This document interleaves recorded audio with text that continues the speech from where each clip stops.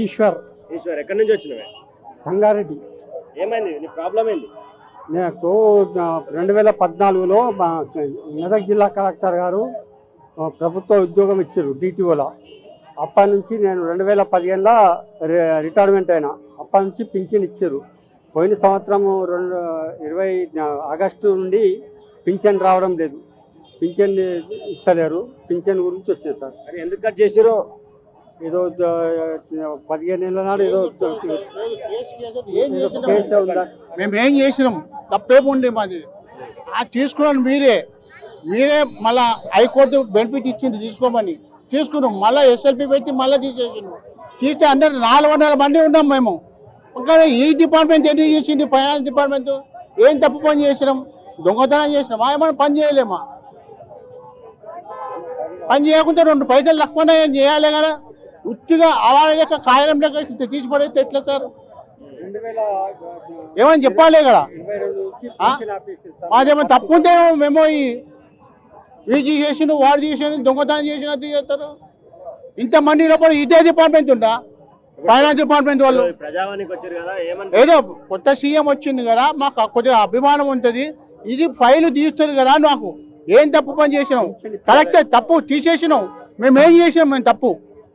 మేము దొంగతనం చేసినామా? ఏమైనా చేసినామా? మీరు ఇచ్చిందే కదా, గవర్నమెంట్ ఇచ్చిన రూల్సే కదా, గవర్నమెంట్ ఇచ్చిన ఉద్యోగమే కదా.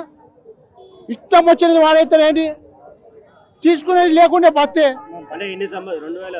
గత ప్రభుత్వాన్ని ఆచరించే ఎప్పుడు దగ్గర ఎవరు కూడా ఫైనాన్స్ డిపార్ట్మెంట్ అనగా భయపడతారు. ఎందుకేమో ఫైనాన్స్ లో దొంగతనం చేసినామా? అంతమంది లేరా? వాళ్ళ ఎంప్లాయీస్ కదా. ఎంతమంది? మేము నలుగురమే. ఇంతమంది లోపల నలుగురే. ఏమైనా చేసినామా మేము? డిపార్ట్మెంట్ నలుగురు చేశారు సార్. నలుగురికి 2000 అప్పటిదాకా ఇచ్చారు. నేనేమో 2011లో రిటైర్మెంటు, నేనేమో 2015. ఇంకో ఆయన సత్యనారాయణ అన్నాడు, ఆయన సర్వీస్లో చచ్చిపోయాడు. వాళ్ళ బిడ్డకు కూడా బెనిఫిట్ ఇవ్వలేదు సార్. వాళ్ళ బిడ్డకు కూడా బెనిఫిట్ ఇవ్వలేదు సార్. దయచేసి మాకు న్యాయం చేసి పింఛన్ ఇవ్వాలని అనుకుంటున్నాం సార్. కొత్త సీఎం వచ్చిండు, తప్పకుండా న్యాయం జరుగుతుందని అనుకుంటున్నాం. అన్ని డిపార్ట్మెంట్లకి ఇచ్చారు సార్. వాళ్ళు ఇచ్చినాయి. ఇగో ఇది వాళ్ళే ఇచ్చిండు. డిపార్ట్మెంట్లో ఫైనాన్స్ డిపార్ట్మెంటే ఇచ్చింది. ఇది కూడా ఇవన్నీ ఇచ్చారు, వాళ్ళే ఇచ్చారు. ఉదయం నుంచి పొద్దుగా పని చేయించుకున్న వాళ్ళు. ఇప్పుడు మేము బతుకు తెరువు కోసం మొన్న దాకా నేను హాస్పిటల్లో ఉన్న, సంగారెడ్డి గవర్నమెంట్ హాస్పిటల్ ఉన్న, పైసలు లేక. దయచేసి ఇంకో విషయం సార్, ఫైనాన్స్ డిపార్ట్మెంట్ వాళ్ళకు అది జీవో ఇచ్చుకుంటే వాళ్ళకు బెనిఫిట్ అన్ని ఇచ్చింది. మా డిపార్ట్మెంట్ రాగానే మేము ఏం చేసినాం? మా DTO గారు కూడా రాశారు సార్. మా DTO గారు కూడా రాశారు. ఈ మనీ నేనమ్మా ఉద్యోగంలో సీపర్గా చేస్తా. పొద్దున 9 గంటలకు పోయి సాయంత్రం 5 గంటలకు ఉంటా. ఊడ్చి తాళాలు వేసుకొని వస్తా. మాకు పర్మనెంట్ లేదు. మా నెలకు 4000 జీతం. ఇగో ఇంకా మార్చి వస్తే కథం తీసేస్తారు. సర్వీస్ 4000 జీతం. ఇంకా ఇంతవరకు శాలరీ 85 నుంచి ఇప్పటి వరకు జీతం లేదు, పర్మనెంట్ లేదు. కొత్త గవర్నమెంట్ పర్మనెంట్ చేస్తాను ఎప్పుడు 3 నెలలే ఉన్నది. ఇక ఎప్పుడు చేస్తాడు? ఈ సార్ని ఏమైనా వస్తుంది చెప్పుర్రి. అంటే ఇప్పుడు ఏం డిమాండ్ చేస్తావు? ఏంటంటే నేను ఎట్టి చేసినట్టే మాకేమన్నా ఇయ్యాలి.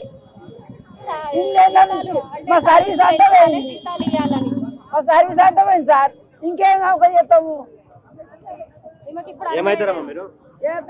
నేను మా చిన్నమ్మ, దూర బంధువు చిన్నమ్మ. నా పేరు నిహారిక. నేను కరీంనగర్ నుంచి వచ్చాను.